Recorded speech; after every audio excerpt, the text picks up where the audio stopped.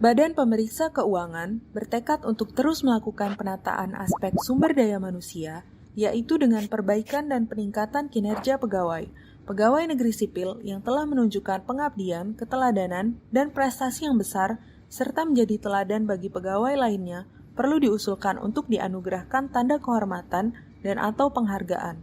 Satya Lancana Karya Satya atau yang selanjutnya disebut SLKS adalah tanda kehormatan yang diberikan oleh Presiden kepada pegawai negeri sipil yang telah bekerja dengan penuh kesetiaan kepada Pancasila, Undang-Undang Dasar 1945, negara, dan pemerintah, serta dengan penuh pengabdian, kejujuran, kecakapan, dan disiplin secara terus-menerus paling singkat 10 tahun, 20 tahun, atau 30 tahun.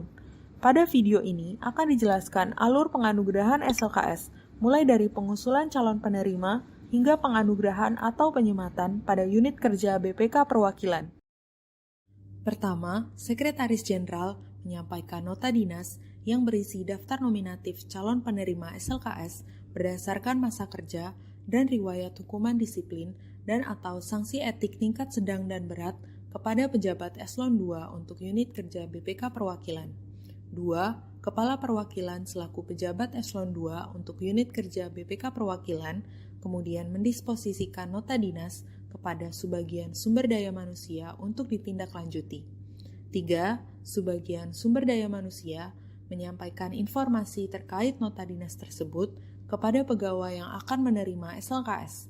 4. Bersamaan dengan itu, Subbagian Sumber Daya Manusia juga melakukan pengecekan data pegawai di Bezetting untuk mengetahui apabila terdapat pegawai yang sudah memenuhi kriteria calon penerima SLKS namun namanya belum terdaftar dalam daftar nominatif calon penerima SLKS. 5. Subbagian Sumber Daya Manusia membuatkan surat keterangan tidak pernah dijatuhi hukuman disiplin atau sanksi etik sedang dan atau berat serta nota dinas usulan dari masing-masing satuan kerja.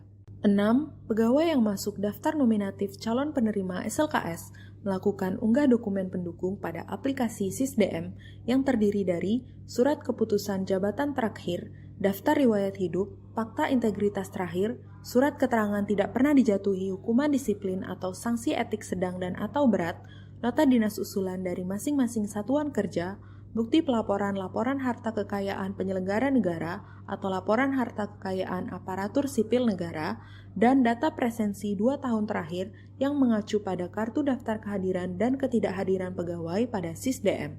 Selain melakukan unggah dokumen, pegawai juga perlu memastikan kebenaran dokumen yang telah terunggah pada aplikasi SISDM yang terdiri dari surat keputusan pengangkatan calon pegawai negeri sipil, surat keputusan pengangkatan pegawai negeri sipil, surat keputusan pangkat terakhir, dan sasaran kerja pegawai 2 tahun terakhir. 7. Kepala Subbagian Sumber Daya Manusia melakukan verifikasi atas dokumen-dokumen yang telah diunggah oleh calon penerima SLKS. 8. Biro Sumber Daya Manusia melakukan verifikasi atas dokumen usulan pegawai calon penerima SLKS yang sudah diunggah di SISDM. 9. Sekretaris Jenderal menyampaikan nama-nama pegawai yang diusulkan sebagai calon penerima SLKS kepada Inspektur Utama, dalam hal ini tim peneliti. Tim peneliti dibentuk oleh Inspektur Utama untuk meneliti pemenuhan kriteria dan kelayakan atas usulan calon penerima SLKS sesuai dengan lingkup dan tanggung jawabnya. 10. Berdasarkan hasil penelitian yang dilakukannya, tim peneliti menyampaikan hasil penelitian kepada Inspektur Utama dengan klasifikasi sebagai berikut. Layak apabila calon penerima SLKS memenuhi seluruh kriteria yang telah ditentukan. Tidak layak apabila calon penerima SLKS tidak memenuhi ketentuan masa kerja, sedang dalam proses penanganan atas dugaan pelanggaran disiplin pegawai dan atau sanksi etik, presensi dan penilaian prestasi kerja selama periode penilaian tidak memenuhi kriteria, dan ditunda apabila calon penerima SLKS tidak memenuhi sebagian kriteria yang ditetapkan, yaitu dokumen persyaratan administrasi tidak lengkap, belum melaporkan laporan harta kekayaan penyelenggara negara, atau laporan harta kekayaan aparatur sipil negara, dijatuhi hukuman disiplin atau sanksi etik ringan pada tahun pengusulan. 11.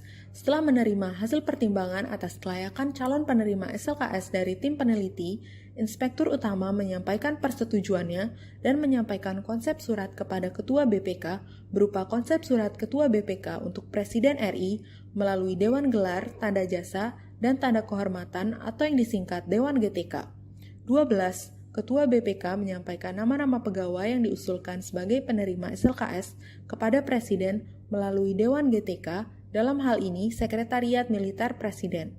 13. Penganugerahan SLKS merupakan hak prerogatif Presiden dan ditetapkan dalam keputusan Presiden.